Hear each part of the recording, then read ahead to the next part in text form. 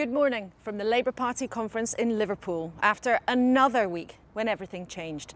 We'll be talking live to the party's leader, Sir Keir Starmer. He has a new opponent, a party he hopes has a new sense of unity after 2.5 years in charge. But there are tensions. The Labour Party needs to be really clear. Is it on the side of the establishment or is it on the side of British workers? And Keir Starmer needs answers for a new economy, the one the new chancellor has promised us all. Mr. Speaker, we're at the beginning of a new era. And as we contemplate, that's right. An era of massive tax cuts cheered by Tories in the chamber. The markets took a dimmer view. That was the government. This morning, one big question. What would Labour's plans mean for you? I'm joined this morning live in the Museum of Liverpool by Sir Keir Starmer, and from London by the Chancellor of the Exchequer, Kwasi Kwarteng. And with me for the next hour is the Union Leaders' Leader, Francis O'Grady, the General Secretary of the TUC, Gerard Lyons, the economist, who's been informally advising Liz Truss on some of her new economic plans, and by the Managing Director of Iceland, the supermarket chain, Richard Walker.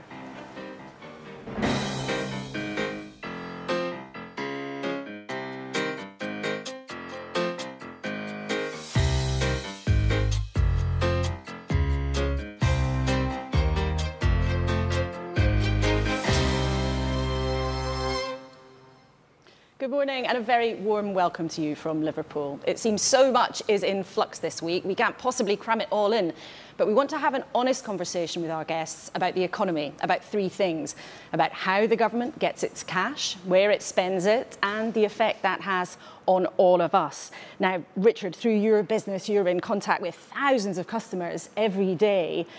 A lot said about it being a tough time already. What's your experience of what's going on in the real economy? Yeah, absolutely. 1,000 shops serving 5 million customers a week, and some of them are really struggling. They were struggling before this cost of living crisis. Now, you know, you can only think as bills are going up. So we see and feel and hear that on a daily basis. Stories of, you know, customers leaving items at the till and telling the cashier when to stop. You know, when it gets to a certain amount. We've got things like shoplifting on the rise, people looking for value ranges.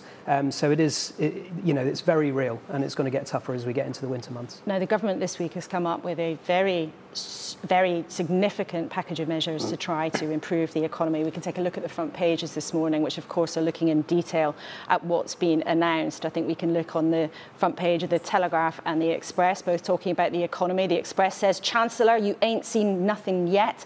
The Sunday Times suggesting that Liz Truss might also ease up on immigration. The Observer focusing fully on Keir Starmer's plan for green energy and jobs, and we'll hear plenty of that from him too. But the Mail and the Sun talking about Prince Harry. But our focus this morning is on the economy. And Gerard, you're a believer in the new government's approach. You've spoken to Liz Truss a lot about her plans, although you weren't directly involved this week. Most economists have been saying in the last few days that the government's plans for waves of tax cuts are a gamble. Do you accept that it is a gamble? Well, it's not a gamble. In fact, tax cuts, while they've received a lot of attention, are just a tiny part of the overall package. The bulk of the changes on Friday were actually reversing previously announced tax increases, national insurance, which all economists call a tax on jobs, and reversing the previously announced a corporation tax increase. Basically, the world economy is slowing, the UK economy is slowing, Western Europe, including the UK, has been really hit hard by the consequences of the war in Ukraine. And on top of that, the UK economy, like Western Europe, has been in a slow growth phase since the global financial crisis. What we are now finally seeing is really two things from the new government. One, an attempt to stop the current situation getting worse by having an energy price cap and reversing those tax increases. And then on top of that, having a redirection to a pro-growth economic strategy. And what was really interesting Friday was that business, Institute of Directors and the CBI really endorsed the package. the financial markets were a bit wary. We'll probably talk about that later. Is the understatement, I think, already. Francis, here. Isn't it? Well, It's the other description. I mean, nobody's going to say no to free money, and I think It's not free money. business leaders may well be lauding the budget, but everybody else is saying that this is a reverse Robin Hood. This is about benefiting the rich and wealthy corporations at the expense of ordinary people, with no plan as to what this means for funding our hard-pressed NHS or public services.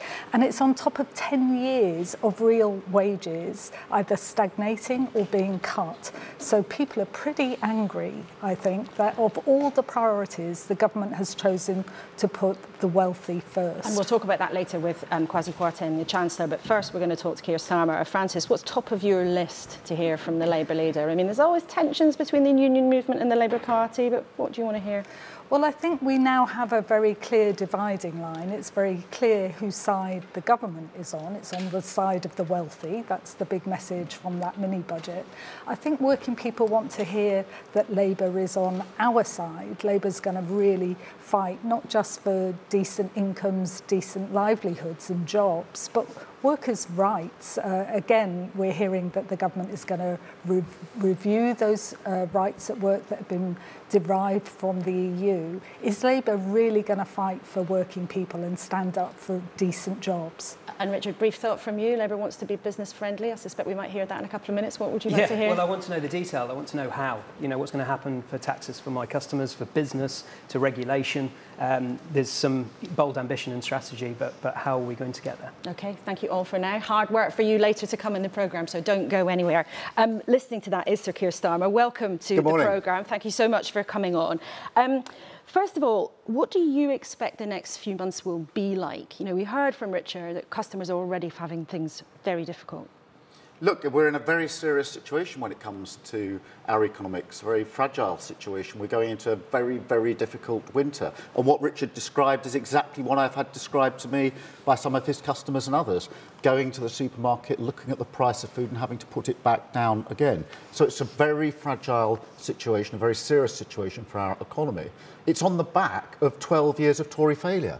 We've had an economy that hasn't really grown very much for 12 years. We've had wages which haven't really moved for 12 years because they've taken the wrong decisions. They haven't planned for the future. And now we've got this decision on Friday to take a very risky approach to the future, driven by this ideology, this argument, wrong-headed argument in my view, that if you simply allow the rich to get richer, somehow that money will trickle down into the pockets of all the rest of us. It didn't work last time. It is wrong-headed, and it's completely the wrong way to approach what is going to be a very, very difficult winter. Later, and you're here in Liverpool, and we're here in Liverpool to hear about your plans. Now, before we talk about your long-term plan for energy, we know that where people are really feeling the rub now is with their energy bills. Now, the government's promised to freeze for 2 years. Would Labour do that? Well, we'll freeze for 6 months was our plan. We were very clear in the summer that this was going to be a very difficult winter. Energy prices were going to go up, predicted to go up to, £3,000, £4,000, money that people couldn't afford. So we were very straightforward to say we've got to freeze those prices. We won't allow those increases to come in. Now, at the time, of course, the government said they wouldn't do that. We made the argument. They've now accepted that's the only thing to do. The divide now, the real question, the political question is, who is going to pay for that freeze? No, hang on. There's another question first. You're promising a freeze for 6 months. The government's promising a freeze for 2 years. So will you increase your offer to freeze bills for 2 years? Our plan is for 6 months. Obviously, in April, we have to look at what the situation is, see what the forecasts are then, and we need to have a longer-term answer to this. But Laura, the key issue at the moment is who is going to pay for this freeze? The key issue for many people listening to you this morning, Keir Starmer, I think might be that the government's promised they'll freeze my bills for 2 years. The Labour leader's promising you'll freeze them for 6 months, and then, well, after that, we'll have a look. No. If you talk to people about this, people say, I'm very glad that my bills won't be going up. I do want to know who's paying for it. Am I going to pay in the long run? Or is somebody else going to pay? And when they learn that the oil and gas companies in the North Sea have made excess profits of Altogether, you take energy included, £170 billion. This is profits they didn't expect to make, and the government says, we're not going to touch that. In the end, we're going to make taxpayers pay. And there is a difference. I think a vast majority of people I speak to say, that is wrong. What on earth are they doing? There's this excess profit there on the table, and they won't touch it. You're right to say there's a difference in how the policy would be paid for. But there is also, as you said this morning, there's a very clear difference. Labour is saying right now, we would freeze until April. The government is saying we would freeze for 2 years. So what are people meant to think about the support that you would provide for them after April? Don't they need to know now? Because actually, Labour Party is providing less reassurance Laura, look, for people who are struggling to pay their bills. We've set out a plan for the next 6 months, fully costed, and we've explained exactly how it works, a price freeze, and to be paid for including to be paid for by the excess oil and tax profits. After that, of course, we need another plan. I don't shy away from that, but we need to know what the forecasts are. We didn't put our plan on the table until the middle of August because we needed to know exactly what the forecasts were for this winter. Nobody knows the forecast for next April. But does there need to be a medium and long-term answer to this? Yes, there does. You know, the government has said a 2-year freeze. We've said 6 months freeze. But we've got to take a step back here because what we've seen with this government for 12 years is short-term, react to a crisis. We need to do much more ambitious things. At our conference last year, we're in Brighton then, I said we need a mission, a national mission, to insulate homes. 19 million of our homes are leaking energy, so they're paying their bills and leaking the energy. If the government had taken me up on that, last year, 2 million homes would have been insulated by now. And I've seen some of these homes in Kirklees. I went to see the council there as insulated homes. You go in, I went there on a freezing day, it's warm. The bills of those living in the homes are next to nothing, and they're grinning from ear to ear. So I would say we do need a fix for this winter, of course we do, but we've got to start fixing the longer-term issues. And we will talk about that, but our viewers this morning will have heard that you are not at this point willing to guarantee freezing people's bills beyond April, and you've made that very clear. We'll have to see in April what the situation is. Okay. But look, in terms of who's been leading on this, the Labour Party in January argued for a windfall tax. Let's talk about your in August, plan. We put the proposition of freezing bills. So we're actually the party that's coming up with the ideas, and others are following. Well, let's talk about some of your long-term ideas then. Your big pitch this week is that you say 100% of the electricity we use by 2030 will be carbon-free.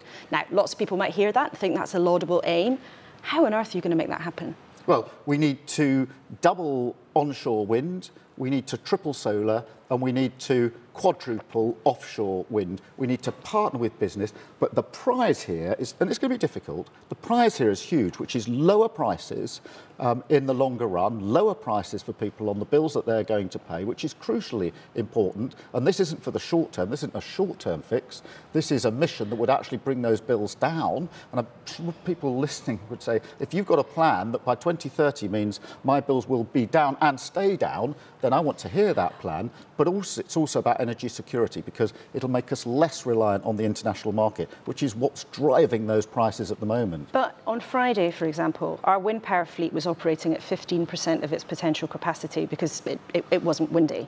Now, how do you keep the lights on if we don't have fossil fuels to fall back on? Because what you're talking about is an ambition of achieving that in 6 years. If you win the election in 2024, you're saying you could do this all by 2030. Look, of course it's an ambition. It's absolutely doable. It's going to be difficult. Of course it's going to be difficult.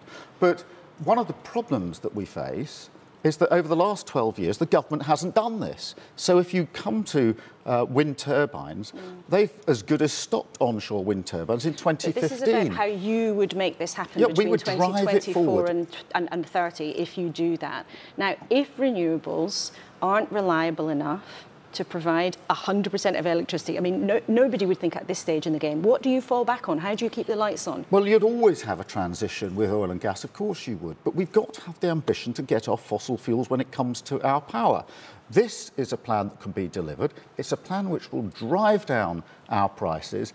And it's a plan that if the government had set off on this road, 5, 6 years ago, we wouldn't be in the position we're in.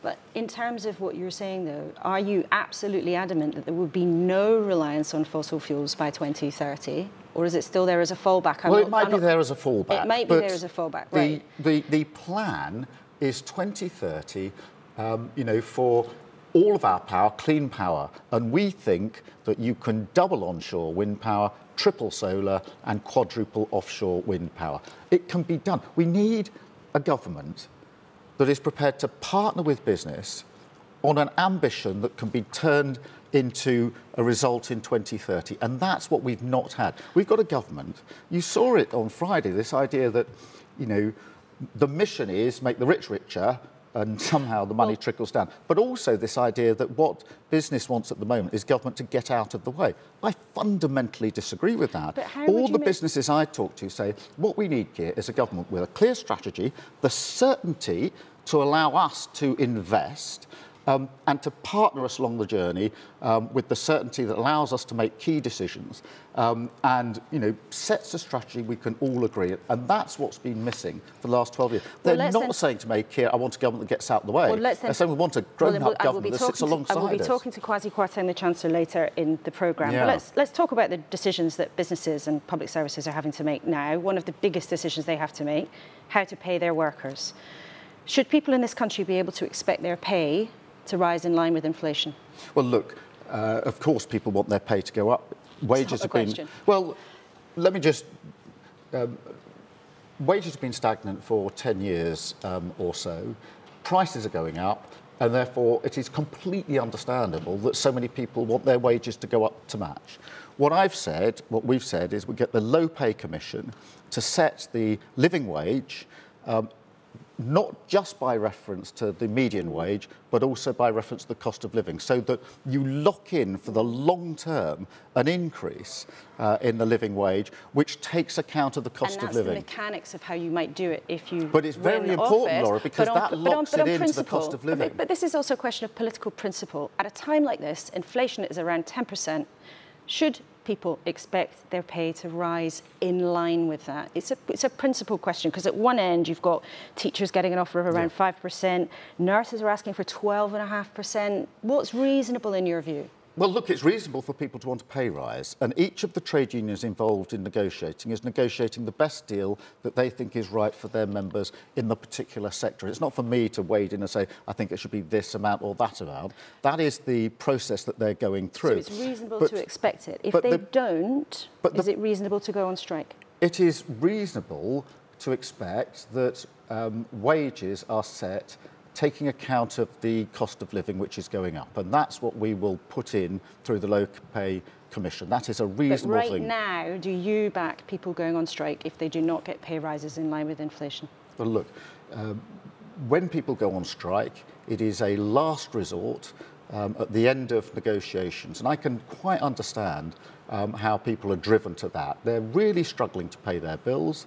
The negotiations have not succeeded, and they've taken, as a last resort, the decision to go on strike. And I support the right of individuals to go on strike. I support the trade unions doing the job that they are doing in representing their members. I want to see the strikes resolved, as do everybody who is on strike. They disrupt the public, but they're also, they hurt the people on strike because they're not being paid. So you're backing people going on strike when they are. Why aren't you then, and some of your team, more visible on this? Why are you not allowing people to go to picket lines if they're part of your top team? And I just want to play the audience and for you to hear as well. There's a strike down the road. Yeah. Some of the dockers here. And let's hear what they wanted from you. Keir Starmer should be here today. What's going on?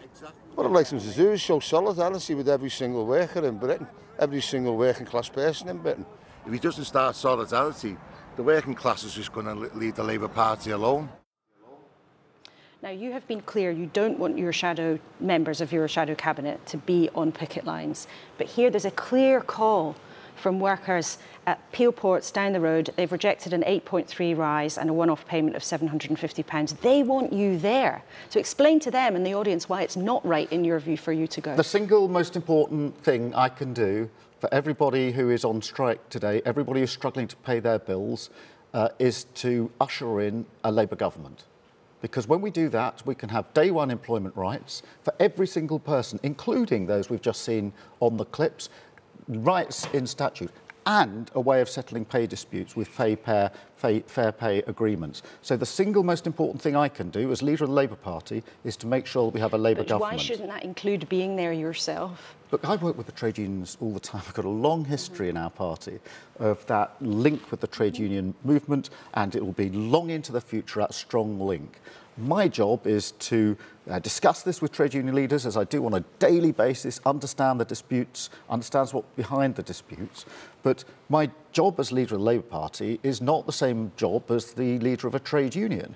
My job is to make sure that we get the Labour Party from opposition, where we can just say things but not do things, into power, where we can do things. And the two things I would do to anybody who's struggling with their bills or anybody who's in industrial action today, the two things that we would do is we would absolutely deal with the cost of living crisis, because we have got a plan for growth, which is actually a sustainable plan for growth to deal with the cost of living crisis, because that's what lies behind these disputes, but also to give those who are working, our working people, the rights that they deserve at work. And they heard from the Chancellor on Friday what he intends to do, which is to strip their rights away. Well, that's how you would frame it. But well, that's what he said. Let's talk about some of the other things the Chancellor announced then. So he announced some big changes on tax. If you were in office, would you reintroduce the top rate of tax, the 45p rate that the government scrapped? Would you put it back up? Yes. What about... I do not think that the choice to have tax cuts for those that are earning hundreds of thousands of pounds is the right choice when our economy is struggling the way it is, working people are struggling in the way they are, and our public services are on their knees. So it is the wrong choice. That is the wrong choice. Would you go up higher? I would reverse the 45p? decision that they made on Friday. Be absolutely clear about that. The effect of that decision was, if you're earning £1 million, you got £55,000 in tax cuts as a result of that decision on Friday. That's enough, more than enough, to employ a nurse. I don't think many people watching this programme will say that is fair, that is the way to grow our country. It is hugely risky, it's hugely divisive, and I would reverse it. And would you support the government cutting the basic rate of income tax from 20p down to 19p? Yes, I've long made the argument that we should reduce the tax burden on working people.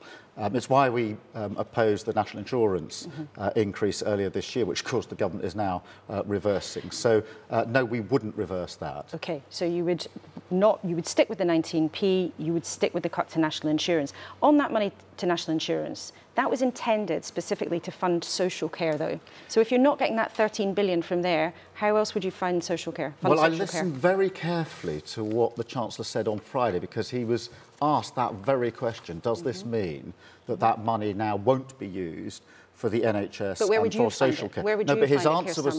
His answer was that the decision he took on Friday will not affect the money that's being made available to the NHS. So that means an incoming Labour government would inherit a situation where that money has been paid by this government through general taxation. So that's actually, he carefully answered that, and I leant forward and listened to what he was saying there. And he says that your answer is it would just come out of general taxation, then you wouldn't have a specific tax for social Well, Laura, care. when we get to the election, we'll obviously set out exactly how we'll cost everything. But on that question, he was very careful to say that money is not now being taken away. Okay, well, let's talk about your path to that election. This is your third conference in person, and you've seen off one Prime Minister. You've got another one now to contend with. You seem quite chipper.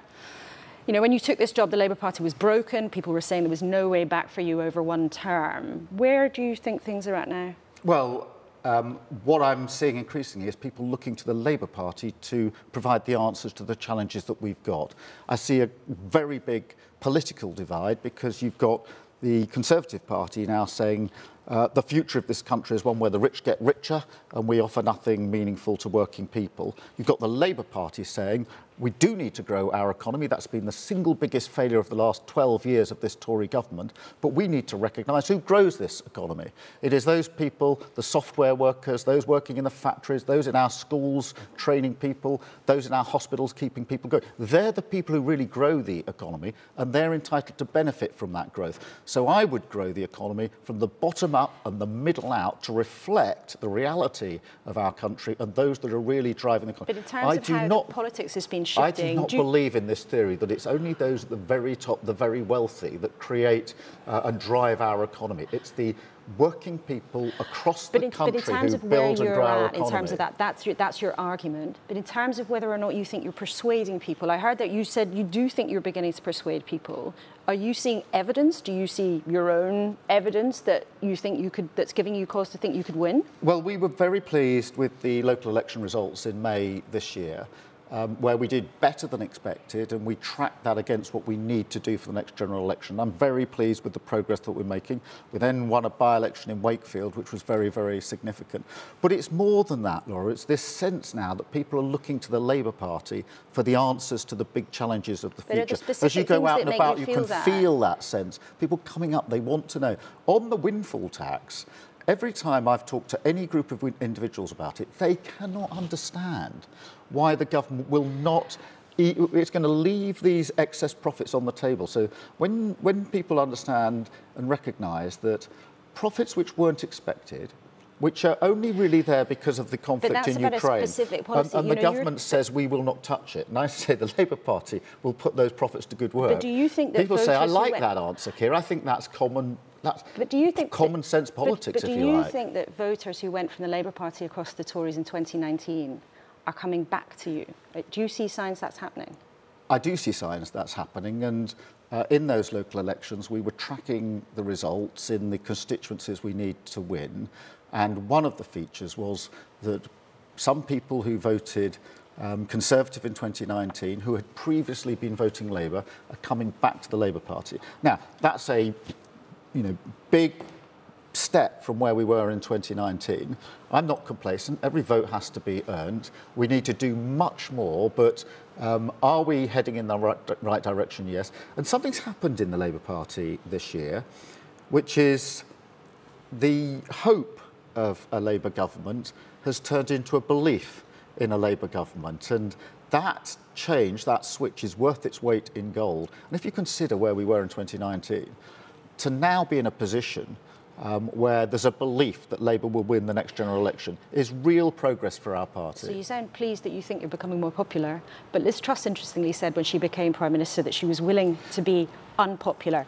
Can you just lastly tell us one thing that if you become Prime Minister that you would want to do even though it wouldn't be popular?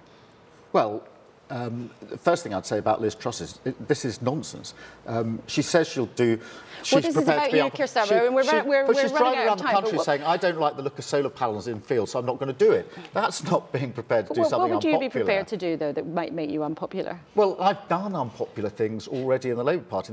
Over the last 2 years, I've taken the Labour Party, picked it up off the canvas, put it back on its feet, changed the party, made it face the public. We had to do really tough, unpopular things within the party to do that. You've seen that. This time last year at Labour Party conference, people are saying, whoa, what are all these rule changes? Keir's going too far, he's going too fast for our party. I said, no, if I need to be unpopular to do it, we'll do it. We've done it.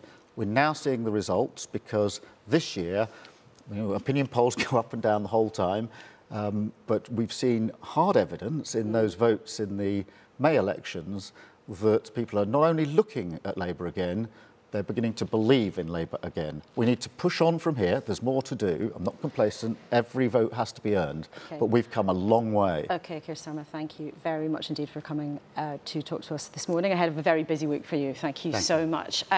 Very interesting. There are lots and lots to talk about. Francis O'Grady, first of all, what did you make of what you heard? It's interesting, Andy Burnham this morning has said that all of the tax cuts should be reversed, but Keir Starmer didn't quite go there. What did you make of what he said? Well, I thought we heard very clearly from Keir Starmer that he's determined to have a progressive tax system, that everybody should pay their fair share, including corporations like Amazon and wealthy individuals. But I thought what was interesting was a very confident outlining of what a Labour government would do for working people, that we'd have a real living wage instead of a minimum wage, that he would ban 0 hours and fire and rehire, some of those, awful P&O style employment practices that we've seen in our jobs market. And I think a message, no doubt he'll be amplifying at conference, that the biggest act of solidarity with working people would be to get a Labour government in power. But just on that narrow point, because it has got some people excised in the Labour movement, and we heard from those striking workers who wanted to see Keir Starmer down on the picket line. Does it matter to you as a union leader that he is very clear he doesn't think that he and his team should be doing that? What matters to me is the fact that we've got workers on strike in the docks who work for a parent company that has got £30 billion of profit this year, and they're saying they can't afford to give those workers an inflation-proofed pay rise.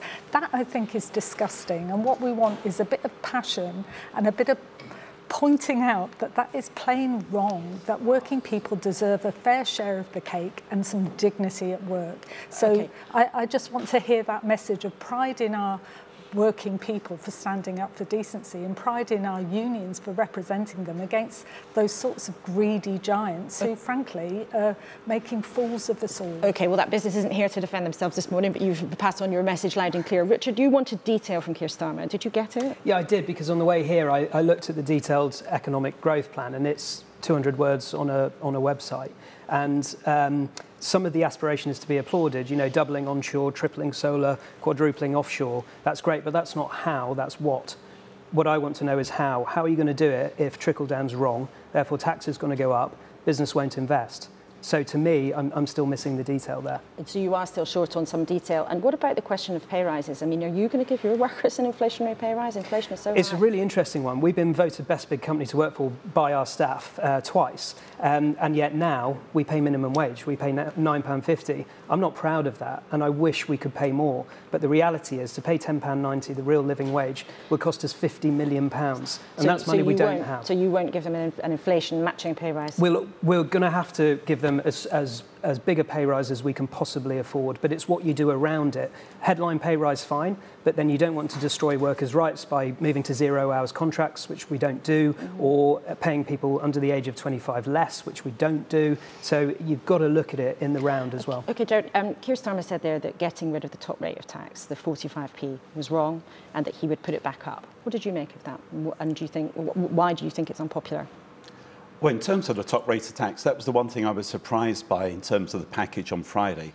But the reason I assumed the government did that was because of tax simplification. What the government needs to do in terms of workers is actually address fiscal drag that so many people are pulled into higher tax brackets. So people, whether they like it or not, get pulled into higher tax rates. And also, when you go above 50,000, your child benefit is taken away, and therefore you go on to a really high marginal rate of tax. Same happens if you're lucky enough to earn over 100,000. So tax simplification is the big issue. But I think the key issue on Friday was the idea of basically not just in terms of the tax measures, but actually helping people by growing the economy in particular. What I thought was quite interesting on the living wage part was I was surprised he didn't mention the real living wage group that on Friday announced the change. When I was at City Hall, I was an ambassador for the real living... In London, you worked for Boris Johnson there. So I was an ambassador for the real living wage, and the national minimum wage, or what they want to call it now, is £9.50. If you're under 23, it's £9.18. But on Friday, the Real Living Wage Foundation said that the real living wage in the country should be £10.90, and if you're in London, £11.95. Now, the great thing about that organisation is it tries to take into account the cost of living, but it's voluntary. What I found at City Hall was when you talk to small firms, they really are on tight margins. They can't afford to pay that. So the best thing that you can do, therefore, is not to put firms in that difficulty, but by lowering the overall tax rates across the country. Well, let's talk then about the broader plan, because it was a dramatic moment on Friday when the Chancellor stood up in the House of Commons, and we'll be talking to him shortly. But he unleashed what some Conservative MPs liked, as saying was sort of bold, true Conservatives. It made some other Tory MPs very, very nervous about the extent of what some people see as a gamble. And it's interesting, this morning in the economic commentary in the papers, there's a lot of people saying this is risky. A lot of people warning about it. David Smith in the Sunday Times, for example, very respected economic commentator, warning the government, you cannot do Thatcherism twice. Learn from history, Liz Truss.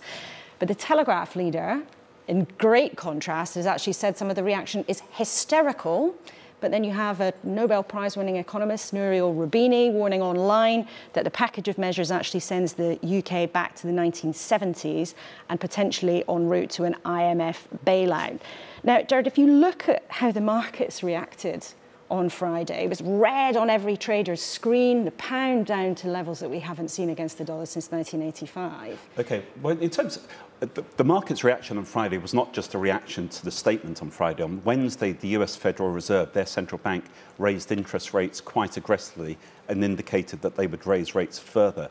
On Thursday, our Bank of England, which has a self-made credibility gap, did not match the increase in US interest rates, and also said that they were going to be selling gilts over next year. Minute by minute. No, I mean, we saw it instantly. The market's judgment on the statement was not pretty. Okay, I was going to say it's important for the viewers, because they probably don't look at the markets, to appreciate that the dollar is strong across the board. Last week, the Bank of Japan intervened because the yen is at a 40-year low. In India, since mid-July, the head news story most days has been about the rupee being weak. The dollar is strong across the board. Now, what the markets are reacting to is partly expectations of interest rates. UK interest rates went up 0.5 point in the week to 2.25 points. The government has ruled out a recession. The market's now expecting interest rates to go up. Rule out a recession?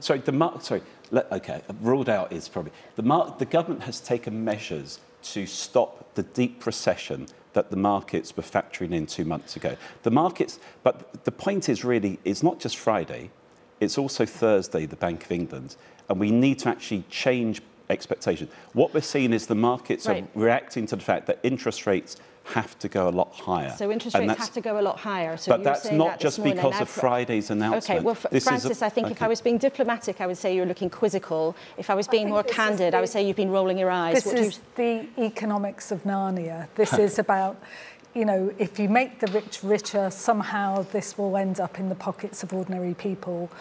All the evidence is it doesn't. This isn't a recipe for growth. It's a recipe for more inequality, more poverty, more hardship. And in the long run, the economy will pay a price for that, because if people don't have money to spend in Richard's stores, then we're all going to be worse off. Richard, what's your view? Yeah, I mean, look, we do need to go for growth. We do need to sort out our terrible productivity issue, and therefore, you know, I'm supportive of a lot of the supply side agenda. However, when I look at my customers, we talked about it at the start, if there was more that could be done for them, you know, reinstating that £20 a week universal credit uplift, for example, I think that would be a really positive thing for them, just to get them through this really, really tricky time. Okay, just before we talk to Kwasi Kwarteng, the Chancellor, about all of this, I just want to raise one other story. Let's look at someone else making the news this morning. Liz Truss's Chief of Staff, Mark Fulbrook. Now, there's a story in the Sunday Times about how he's being paid. The accusation is that it's through his lobbying company, and that changes his tax status. Now, a spokesman for him has said it's not unusual, there's nothing wrong with it, denied there's a problem. Francis, what do you make of that? It's very unusual to have the Chief of Staff at the heart of government in number 10 paid through his lobbying company. Now, he's saying it's not about tax avoidance. Well, we'd all like to be the judge of that, but of course it's not even transparent.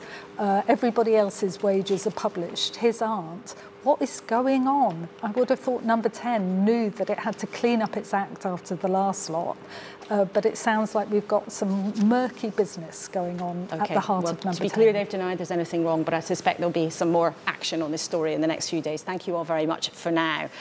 Well, let's talk about a lot of that with Kwasi Kwarteng, who's been the Chancellor for 19 days, and he's made a series of changes, the effects of which could last for decades. He's with us from our London studio. Good morning to you, Chancellor. Good morning, Laura. Now, you've said we're facing a very difficult winter. What do you mean by that? Well, I think energy bills are what people are really concerned about.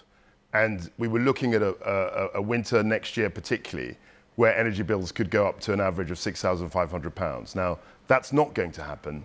It was never going to happen because we've intervened, and the Prime Minister announced the intervention 2 weeks ago, and we're going to limit that cost to £2,500 for the average household. That's a huge intervention.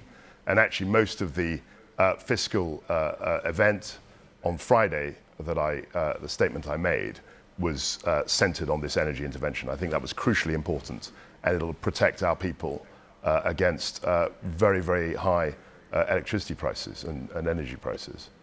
But even at that frozen price, it will still be difficult for many people. And Chancellor, in the hours after your statement, we saw the pound fall to its lowest level in many, many years. The stock markets fell, and crucially, the cost of government borrowing went up too. Now, we can look at the chart of what actually happened almost as soon as you opened your mouth. Are you nervous about the economic reaction to what you had to say on Friday? What I'm focused on, Laura, is very much growing the economy. As Richard said on the programme, we've got to grow the economy. We've got to have a much more front-footed approach to growth, and that's what my Friday statement was all about. I think that if we can get some of the reforms that Richard was talking about, if we can get business back on its feet, we can get this country moving and we can grow our economy, and that's what my focus is 100% about. But as the man who's the steward of our economy, of how we all make our living, of how the government pays its way, you must have been nervous, surely, when you saw that kind of reaction. I've always been focused on the longer term and the medium term, and I think it was absolutely necessary that we had a long-term growth plan. I haven't heard anything about a growth plan from Labour. I think it was 200 words on a website. But we're very, very focused on making sure that people get more of their own, keep more of their own money. And what was unacceptable and unsustainable was the idea that we were going to have a 70-year tax high, tax being at 70 years, a 70-year high, and that we could continue simply raising taxes. That was unsustainable, and something had to change. And I'm very pleased that we changed that. And we will talk about that, but our viewers will have seen very dramatically what happened in response to your statement on Friday, directly. What happens if the pound continues to slide like that? So what you know is that as Chancellor of the Exchequer, I don't comment on market movements. What I am focused on is growing the economy and making sure that Britain is an attractive place to invest, and so that it's a competitive global arena, and we have to show that this country is open for business and that we're driving growth. And that's what my Friday statement was all about. But if people aren't nervous about what happened, they might be confused, because the Bank of England are trying to cool the economy down by raising interest rates. You've cut billions and billions of pounds of tax, which is going to heat things up. You're putting money into the economy while the bank's trying to calm things down. Now, that's confusing, isn't it? Well, how's that going to work? There are two different things here. Firstly, the bank is responsible for monetary policy, which is interest rate movements, and they're tasked to deal with inflation. And I'm speaking and working closely with the governor on that, and he's independent and he's making decisions. But the second thing, in terms of the fiscal approach that you mentioned, has to be put into a context. We had two multi-generational, unprecedented events. We had the COVID-19 pandemic, which emerged at the beginning of 2020. And we also had Putin's invasion of Ukraine, where he's essentially tried to blackmail Europe and turn off gas supply. There's no way that a government shouldn't respond in a fiscally expansive way, in a way that we could support the economy, support our people through these two unprecedented shocks. They're once in 100-year events. I mean, the COVID pandemic was a once in 100-year event, and Putin's invasion of Ukraine is a once in a 70-year event. And we had to respond in a generous way to those. Put money to help people pay with their bills.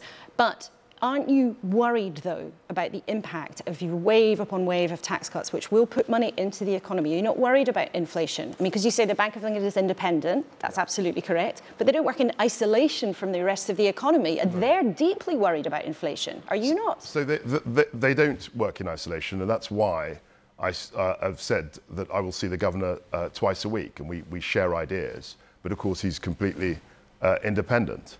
But in terms of our approach, there was no way that we were going to get more growth by simply increasing taxes and taking more of people's money.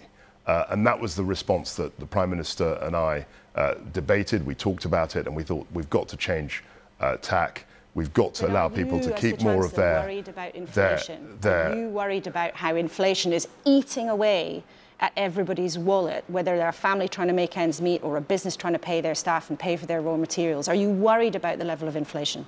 I'm confident that the bank is dealing with that. But also what perplexed me was the fact that You don't deal with people's rising costs of living by taking more of their money in tax.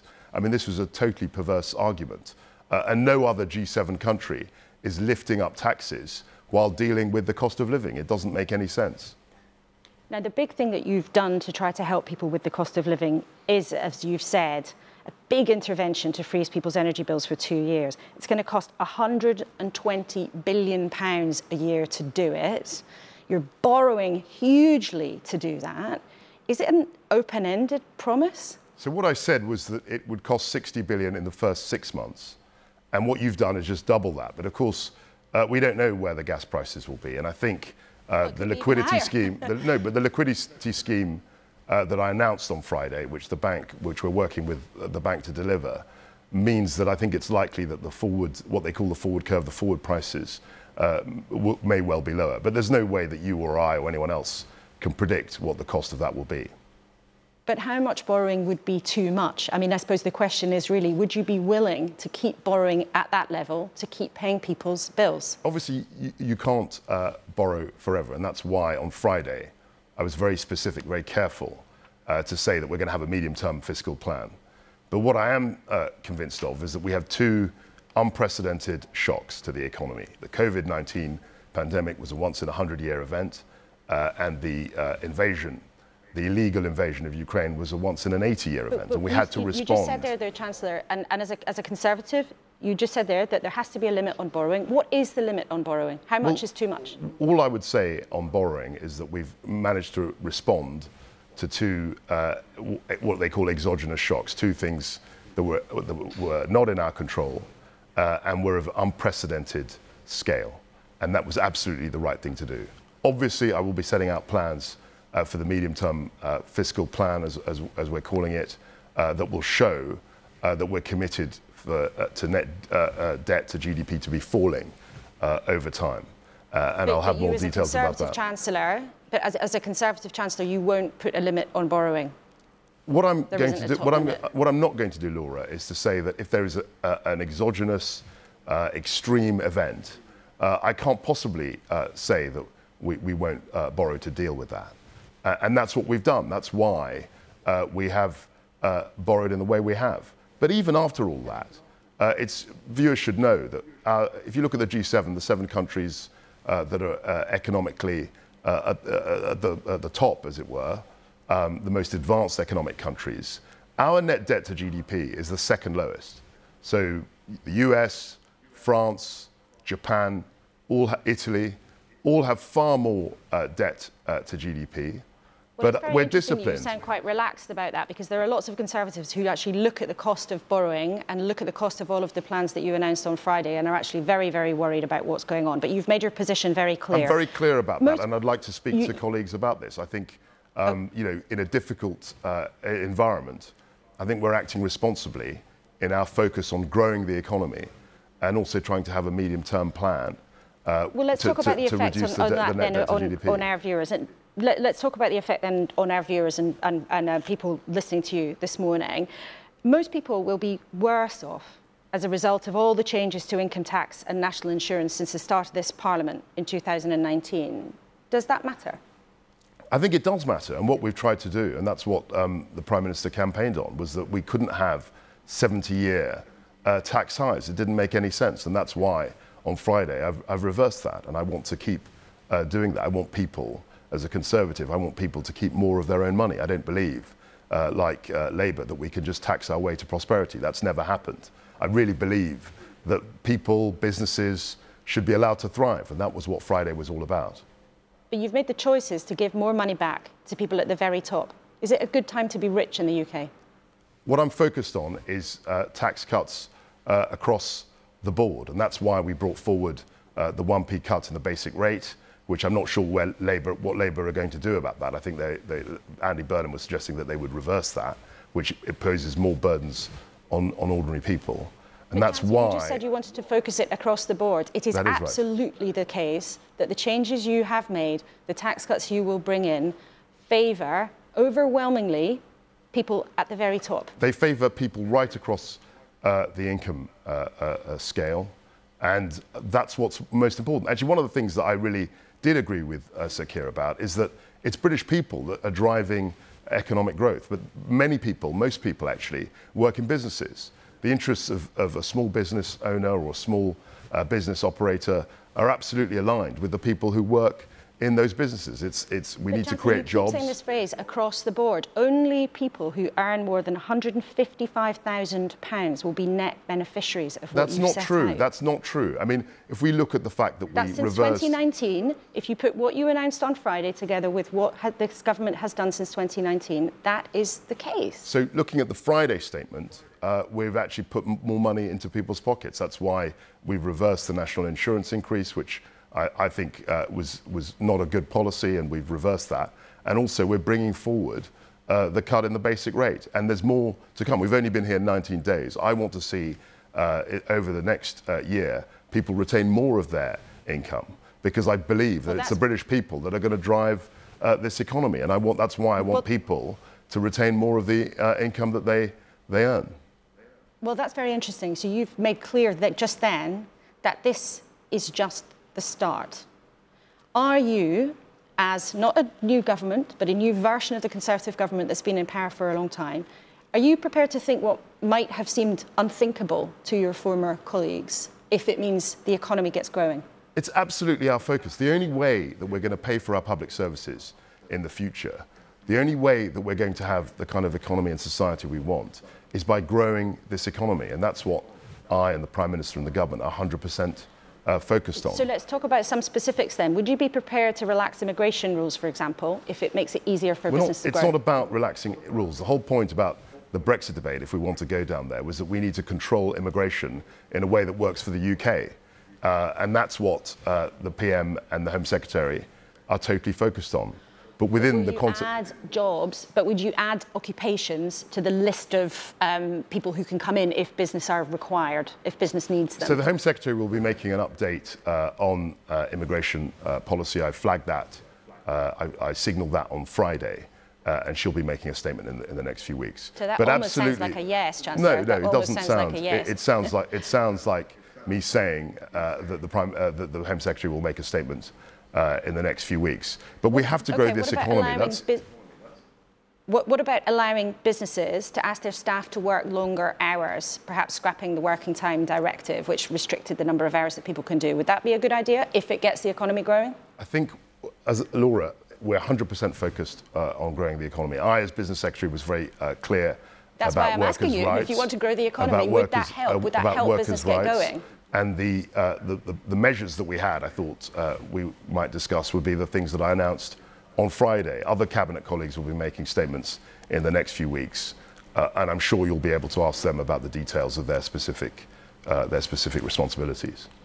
But it's interesting, you said a few minutes ago that this is just the start, and there is some expectation, a building expectation, that actually you want to be a radical government that will be prepared to do things like scrapping the working time directive, or perhaps relaxing some of the environmental rules if it means that people can build houses, if it means that young people who are desperate to try and get on the property ladder have got more access to houses being built. We're not going to relax environmental rules. I mean, what the Prime Minister and I have focused on is the process.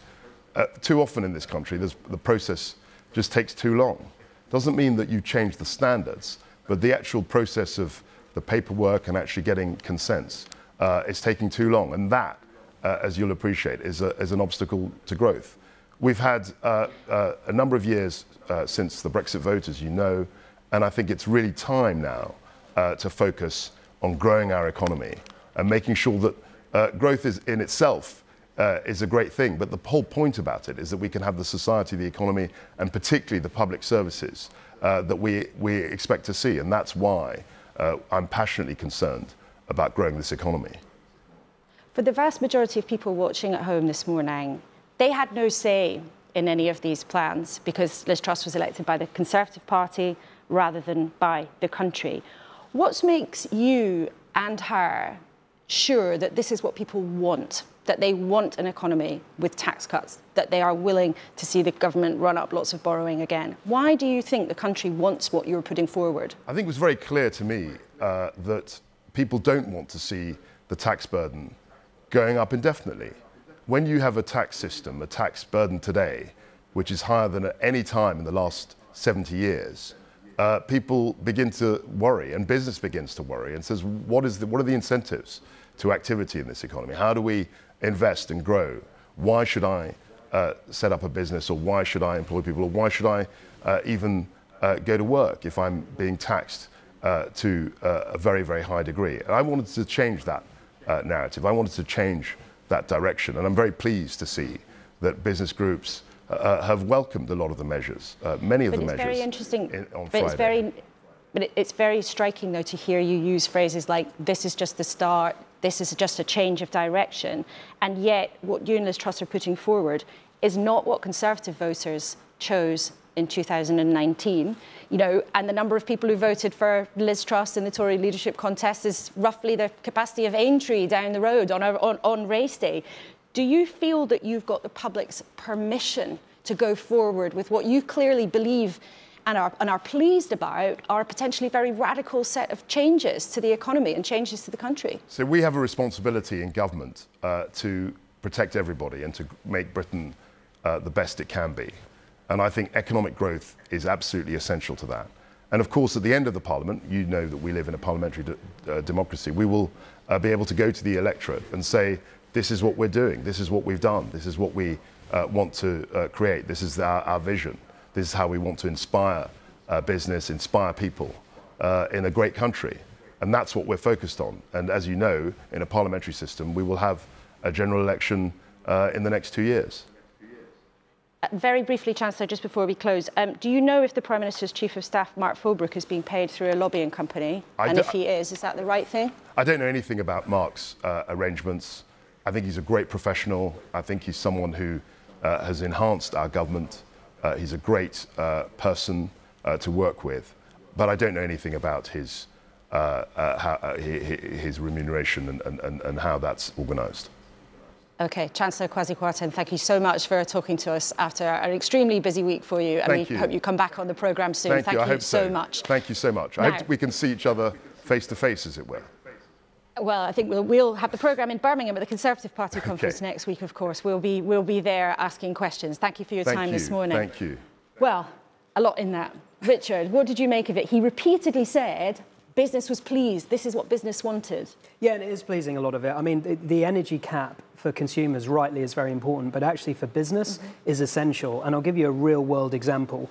What levelling up is actually about is jobs on high streets. And all we want to do is open shops, invest in local communities, create jobs and pay tax. And we had to pause all of that because of these wild fluctuations. Now we can restart that because at least we have certainty on our energy costs. The other element is about getting government out of the way, contrary to what Keir was saying. Actually, local planning is so bureaucratic and onerous that actually every single one of our 30-year new stores is delayed because we can't get the permits to open. Gerard, were you heartened? Yeah, well, since 2008, the global financial crisis, Western Europe, including the UK, has been in a low growth phase. That low growth phase led the Treasury a decade ago to say to get the finances in shape, austerity was necessary. That was wrong at the time. It led them to say, in the same way, because of the low growth, we needed to have tax increases in recent years. That too was wrong. What we now have is Chancellor and Prime Minister say we need a pro-growth strategy. And the key thing about that is it raises the trend rate of growth. Taxes are just part of this. But the key thing you keep asking about the public finances, the thing that would have blown the public finances out of the water would have been if we had a deep recession. We're not going to have a deep recession. That's not going to happen. But the key thing is it's not just about taxes, it's about investment, innovation, infrastructure. Renewables was mentioned. And we're very, very, very short on time, so it would be great if you come back another time and we can have another discussion. But Francis, very final word to you. We've already got the lowest corporation tax in the G7 and the lowest growth and the lowest increases in wages. So I don't think that's been a great prescription. But the Chancellor didn't answer. How is lifting the cap on bankers' bonuses and driving down nurses' and teachers' pay and attacking workers' rights, how is that going to help build growth? And if we want fair growth, you have to build that on decent jobs and strong rights for working people. OK, we must leave it there. All three of you, thank you so much for being with us this morning. I think it's going to be a pretty testy party conference season and maybe a pretty testy few months, because in the last 60 minutes, it's been obvious, hasn't it, that the gap between our two big political parties is getting wider. the difference between how they'd run the economy is getting greater. The government's accused by many of taking major risks with the country's livelihood. But the Chancellor just told me this is the start. There will be more measures to come. Keir Starmer said he would reverse some, but not all of the measures the government has taken. These aren't just the early skirmishes, but I think the shape of the argument that is going to run at full pelt all the way to the next election. Of course, we'll be here every week to talk about all of that. And next week, we'll hear from the Prime Minister herself in Birmingham, explain more of what's next for the country and more of her vision. You can catch up with anything you missed today on the iPlayer. Hope to see you next week in Birmingham. Goodbye.